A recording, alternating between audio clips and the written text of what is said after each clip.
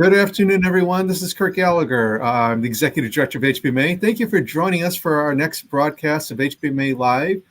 Today we have a special guest, Susan Bailey. Sue is with Healthcare Administrative Partners. She's also our past chair of our Commercial Payer Relations Committee. We're hoping that our chair of the committee, Val Patel, will be able to join us. She's having some technical challenges today. So if Val is able to join, we'll be able to pull her in as well. But Sue has been brave enough to join us and fly solo with me as we embark upon this adventure together. So Sue, thank you so much for joining us. Oh, thank you for having me. It's a pleasure to be here and to be a part of HBMA. We, as a company, I work for Healthcare Administrative Partners. I'm a senior president of operations, revenue cycle. We have been a member of HBMA since the beginning. Brian Efron, our founder, our owner and founder, was part of the beginning of HBMA. Wow, that's really something. So a lot of history there. Yeah, he does have a lot of history. He does definitely is a big proponent of HBMA and us being a part and involved with HBMA. We feel that if you're going to be a part of, you're going to join something, you need to be a part of it and you need to be active in it. So that's why I am part of the Commercial Payers Committee. It's a very important committee. We do it's a volunteer-led committee, like all the other committees for HBMA. It's comprised of all the business owners and managers, just like everyone else. We meet regularly to discuss what we're encountering, what members are encountering. We do surveys. We put things out on the message boards, asking for feedback from members to make sure that we're hitting any pain points that everyone is having, making sure that we are addressing the issues. Each quarter, the Commercial Payer Committee meets, hosts an all-payer call. We work, right now we have subcommittees that work with Aetna, United, Humana, and Cigna.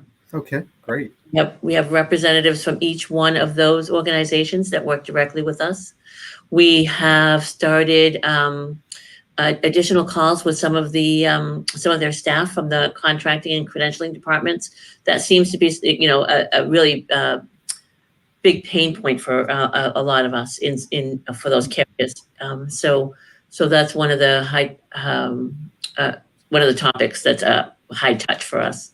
So we've talked about contracting and credentialing. We talk about telemedicine. In 2021, that's big. We talk about vaccine billing, all of the payer pain points. We've also, talked to them about what pain points they have for us to be better communicate with them. We talk about outreaching to other payers. We've outreached to Anthem this year to see if we can get a contact there to add that to our repertoire. For the conference in September, we will do a payer panel. We'll do a virtual payer panel, like we have in the past. We've done payer panels every year. This year virtual because the payers can't travel. We found that they can't travel. Well, still a lot of adaptation we all have to make in this new world. That's right. That's right. We have a payer portal on the HBMA site that the payers add additional information to. They add any updates they're doing to their systems. If we're able to, if they make changes to their portals, those are all on there. Their webinars are on there. There's a webinar this afternoon that Aetna is hosting. I think it's at 3:00 this afternoon. Yes. All of that information is on there. We gather all that and put it out there.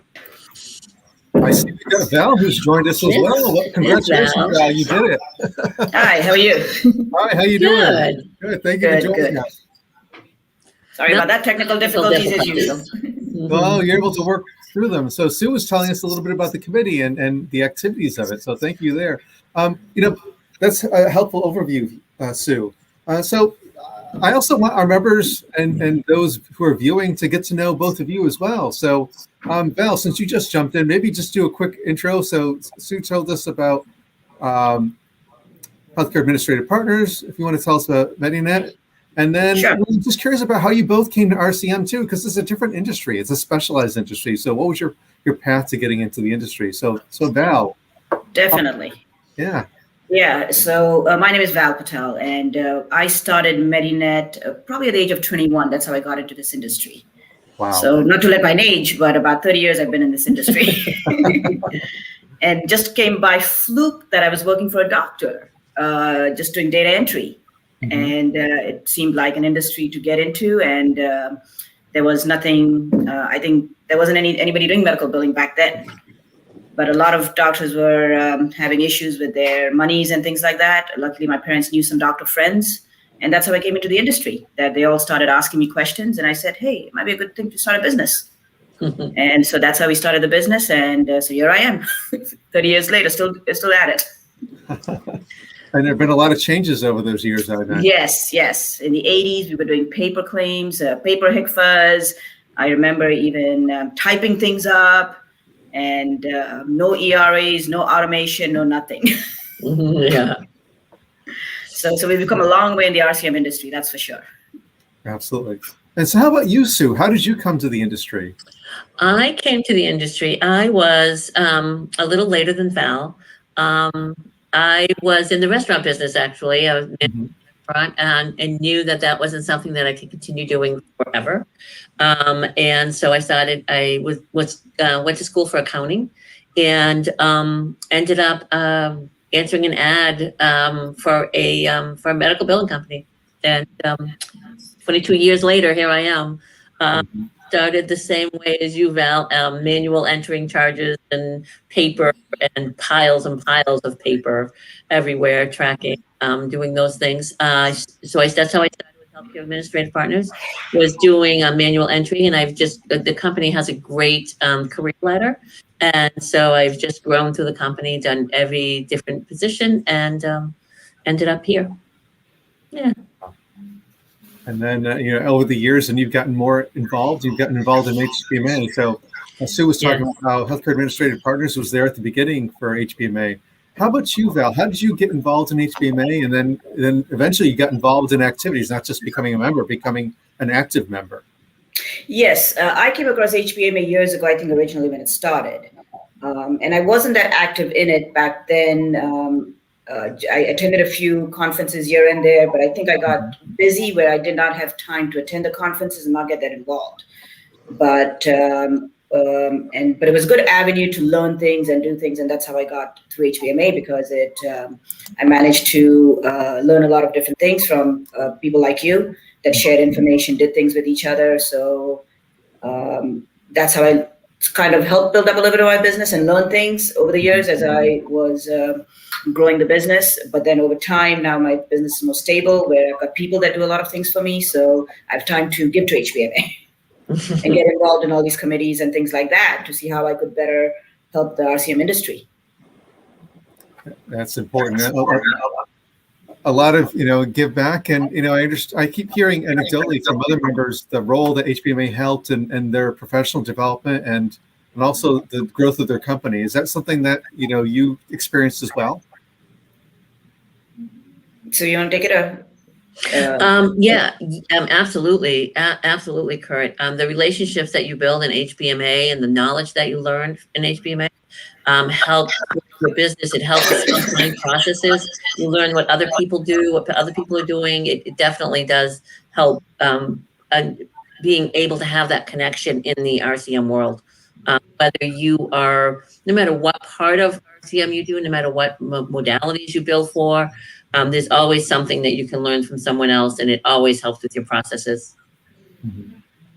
Yeah, same here. I did it with Sue that some of the things, the connections, the networking, and even being part of some of the committees, we kind of learn contacts, which is so important that through the contacts, they can help each other out. And especially on the CPR committee.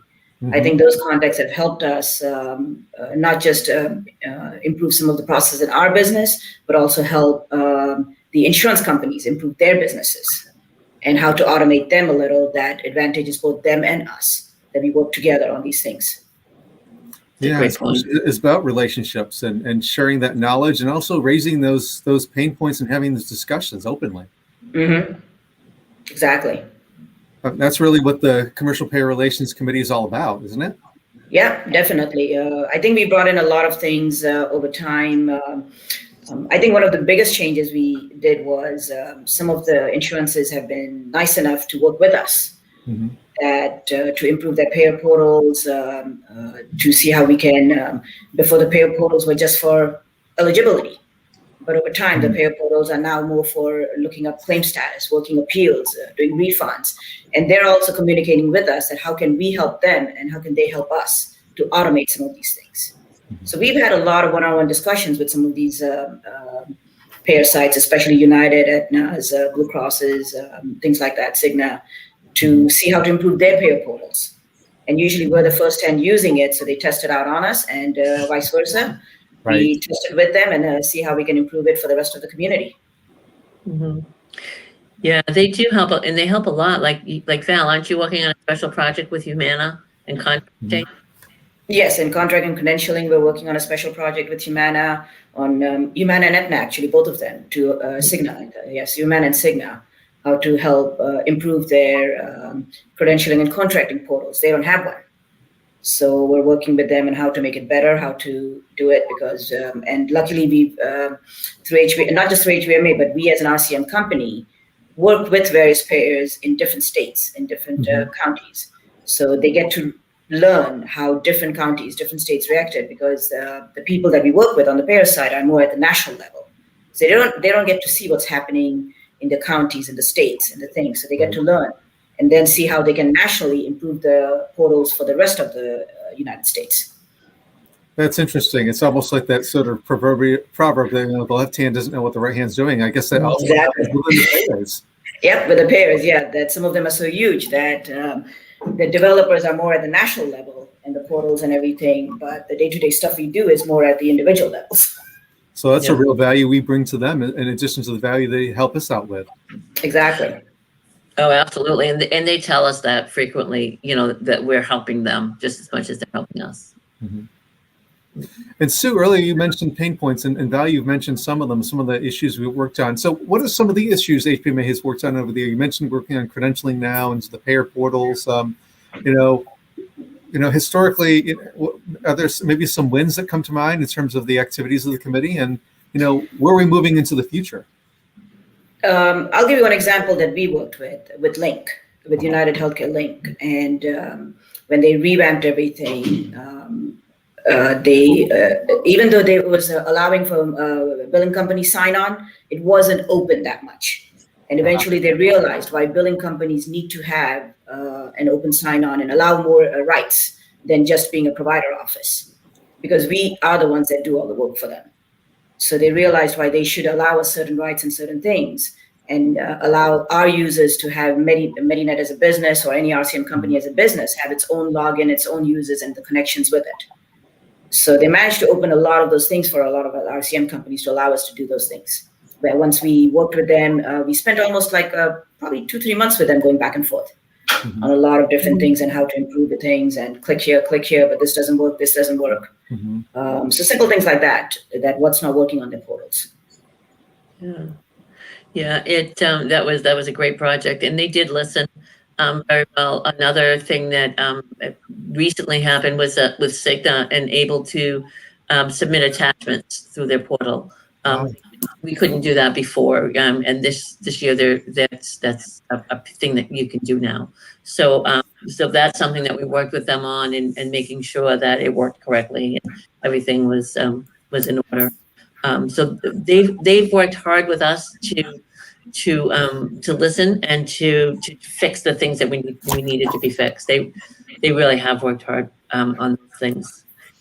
That's a great success story. And I remember when I came on board with HBMA just a few years ago, that was one of the pain points I heard quite a bit about when I talked to board members and committee members, was the issue of attachments.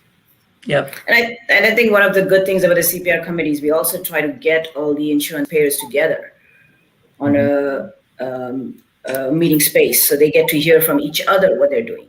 So they get to realize, wait a minute, United is doing this way, then Cigna should do it. Maybe Humana should do it. Maybe Blue Cross should do it. So I think they all get to realize what the other companies are doing and how to improve themselves or how to improve for us. And in general, just overall, how to improve for the RCM industry for everybody.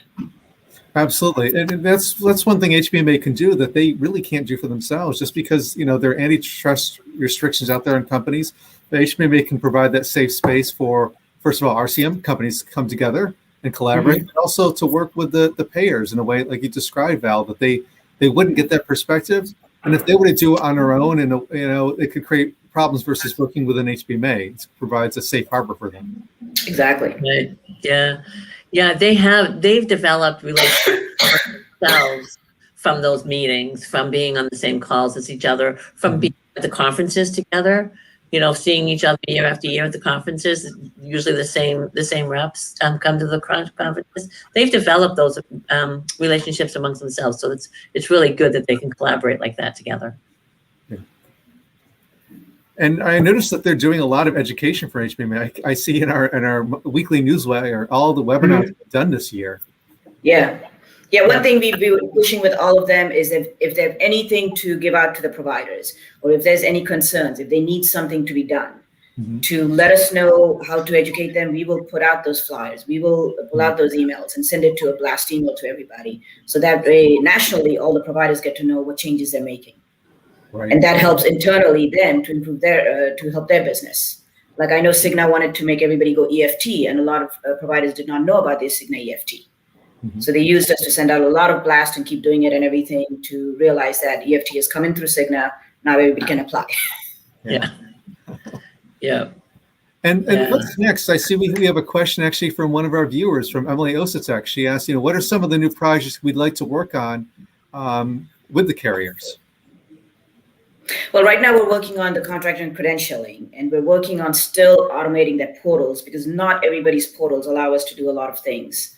So that's an ongoing thing that I think Optum Link is one of the most advanced from what I'm seeing with most of the payers compared to the other ones. So we're trying to work with the other payers on how to allow us to do more things as an RCM company online versus picking up the phone and trying to get something done and have more information available to us online and less human interaction of picking up the phone and having an operator give us incorrect answers than have everything available to us. Right. We also are working on telemedicine in 2021. One of our members also gathered information for us from the Government Relations Committee, and so we work hand in hand with other committees to that kind of information on telemedicine and what's going on, in the government world. We're working on that, and we're working also talking about vaccine billing. Who's doing vaccine billing? How that's going to progress? Where that's gonna go? Right. And with telemedicine, there's so many unknowns because we don't know what's going to happen once the pandemic is over. Pandemic's over, right. Yeah. And that's why one of the things we're pushing all of them to continue telling us internally, if there's discussions happen, how much is going to be open, how much is going to be affecting once the pandemic is over and everything. So they're taking all that input back to management and trying to figure out what education will be needed for our providers. Yeah. And then I recall that in the last few years, the committee has conducted a survey. Is that something you're working on? And if so, what's the time frame for that? Yes, every year we work on a survey. There'll be a new survey coming out soon for everybody. That I think in August we do it right before the conference. So we have a conference coming up in September. So right before the conference, we'll be doing that survey, and then the information will be shared during the conference. Okay. Oh, great. So we'll have the results of that soon. And what does that survey explore? Do you want to just refresh the memories of our viewers?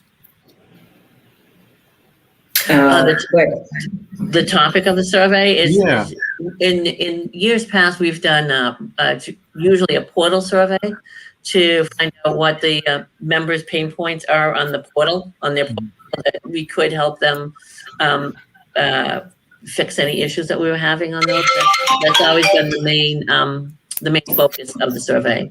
Val, I don't know that we're doing anything different this year, are we? I think trying to explore if there's new questions or pain points that people have that we can do.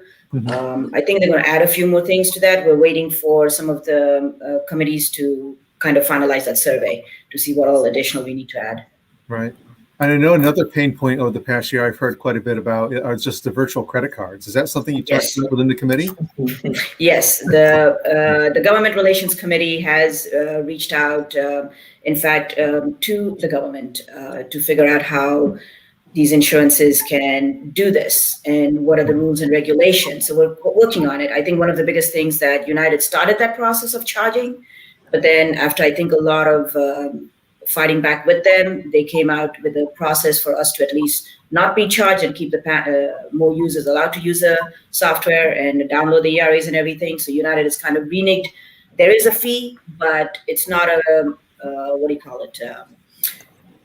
Set in stone where we're still open to do more things. So it allows us as an RCN company to still continue our business and not come at a halt with the fees that they put on it, that we can still work with it and download our forms and everything and not worry about being charged for it. Right. Right. And we got another question asking if HBMA has any documents that would give members the TLE guidelines for all commercial carriers. TLE. You want to? Maybe the person who typed in the question would clarify the acronym. So we can see if that comes in. And if there are any other viewers who have a question as well, we've got a few more minutes if you want to pose any questions to our guest. But also we have, as I recall, a form on the HBMA website where if members have issues or challenges with the payers and the portals, they can report that through that form as well. Yes. Yeah. I think we just revamped a little bit of the HBMA website.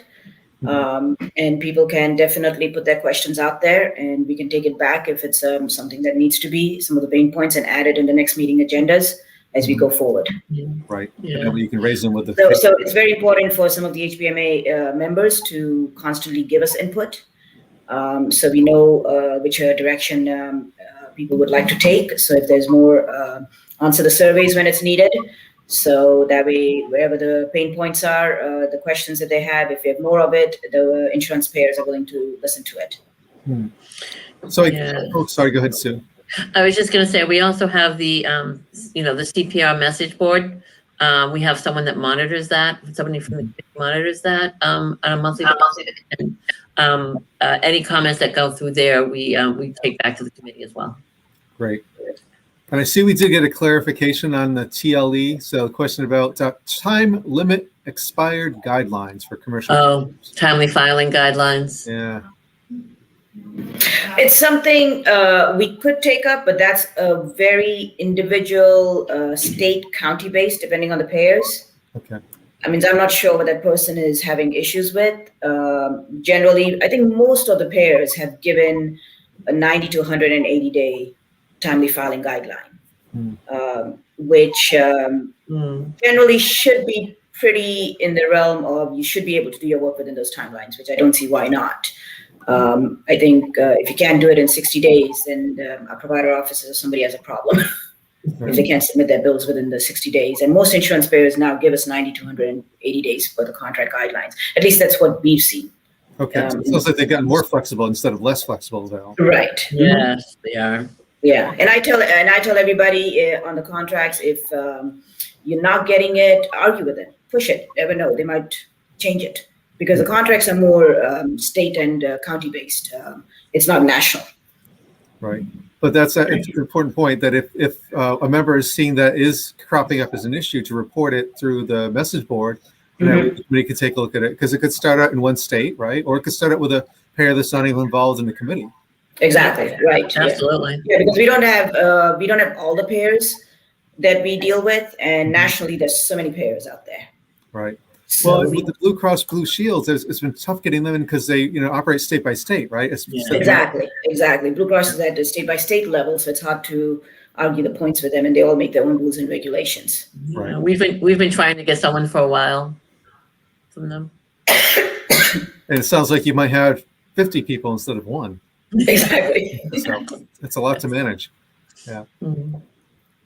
Well, thank you so much for joining us. Are there any additional thoughts you want to share? I want to be sensitive to everybody's time and really appreciate your taking the time to meet with us. One of the things is try to, if you're an HBMA member, try to be more vocal, more proactive, work on, answer on the message boards if you know things, if you have questions. Very important, all of us give feedback to each other and help each other out. If there's any pain points or anything, feel free to put it out there. One of the main things is a conference is coming up in September. So if you can attend, I know last year was virtual, but hopefully we can all spend time networking. That's the best way to meet people, do things, and help each other out. So attend the conference and you'll be surprised at what you'll learn. Yeah, absolutely, Val. I totally agree. The conference makes a lot of difference. Being there and networking, being with people. The only other thing that I can say is volunteer. Join a committee, whether it be CPR, any other number of other committees that we have. Being a part of and being active is just so important for yourself and for others. I find that volunteering is very helpful for me too. I think volunteering helps us grow as a person. It helped us. I know it helped me especially to grow and learn more things, and actually gave me more confidence to do more things. And I hear that over and over again from so many members. So, I really appreciate you both raising that. The HBMA conference this year is in Dallas, as you mentioned. It's September 8th through the 10th.